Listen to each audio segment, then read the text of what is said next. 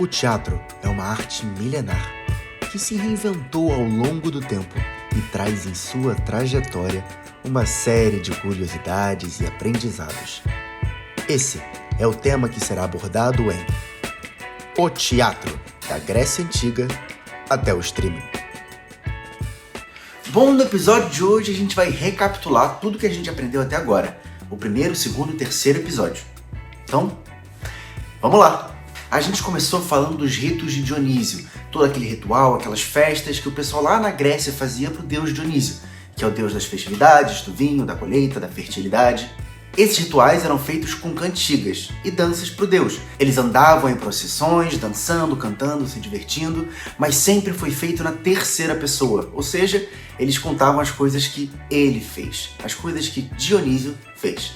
Até que um cara chamado Téspis fez na primeira pessoa. Ele já estava completamente bêbado de vinho, já estava meio alucinado, e ele falou: eu sou Dionísio, todas essas coisas fui eu que fiz. E aí as pessoas começaram a interpretar mais e contar histórias de outros deuses, e sempre narrando os feitos mitológicos daquele panteão. Bom, avançando um pouco mais, a gente chega em Roma, na expansão das guerras greco-macedônicas.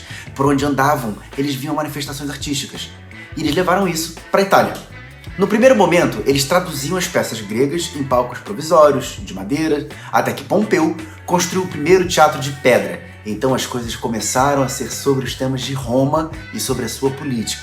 O teatro, então, ele aos poucos foi virando palco para o entretenimento do povo, só que naquela época o entretenimento do povo era brutal. Eles consumiam muita brutalidade. Então surge o Coliseu e vira casa de duelos, brigas, caças e muito sangue.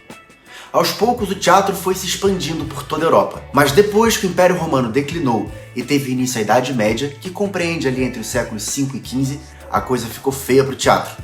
A Igreja Católica detinha o poder e ela não gostava nada. Ela considerava pecado imitar um mundo criado por Deus, então o teatro foi extinto. Só anos depois que ele foi salvo pela própria Igreja Católica, que ela voltou a realizar aquelas festas e aqueles ritos em formas artísticas, comemorar o Natal, a Páscoa. Até que mais tarde, que o teatro medieval foi se adaptando às mudanças e incluindo temas mais abrangentes, ou seja, com apresentações sobre a vida e os costumes dos seres humanos. Com o tempo, as peças saíram de dentro das igrejas e passaram a ser feitas nos ambientes públicos, como praças e, enfim, os personagens passaram a ser pessoas comuns e não somente os membros do clero. Bom, indo para o período elisabetano na Inglaterra, que compreende o reinado da Rainha Elizabeth I, de 1558 a 1603, ele é considerado a Era de Ouro, é o auge do Renascimento naquele país, com os maiores destaques para as artes. Elizabeth I deu proteção ao teatro da época, ela amava os teatros populares.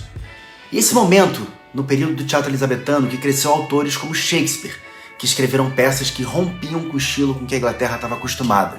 Shakespeare foi quem fundou o Globe, que mudaria as estruturas de palco conhecidas até então. E ele escrevia um pouco diferente do que os gregos faziam. Ele era adepto do sofrimento do herói na cena.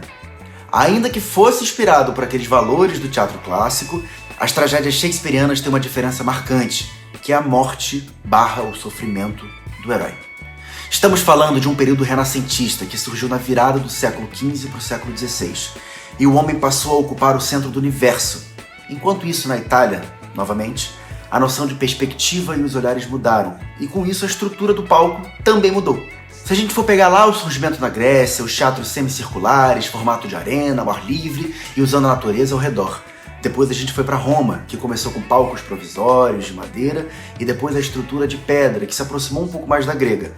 Na Inglaterra as coisas mudaram ainda mais, e o palco assumiu um proscênio prolongado, com um segundo plano, muitas vezes coberto, onde existiam algumas aberturas, como janelas e tudo mais. Até que a gente chega no palco italiano, que é o mais utilizado até hoje.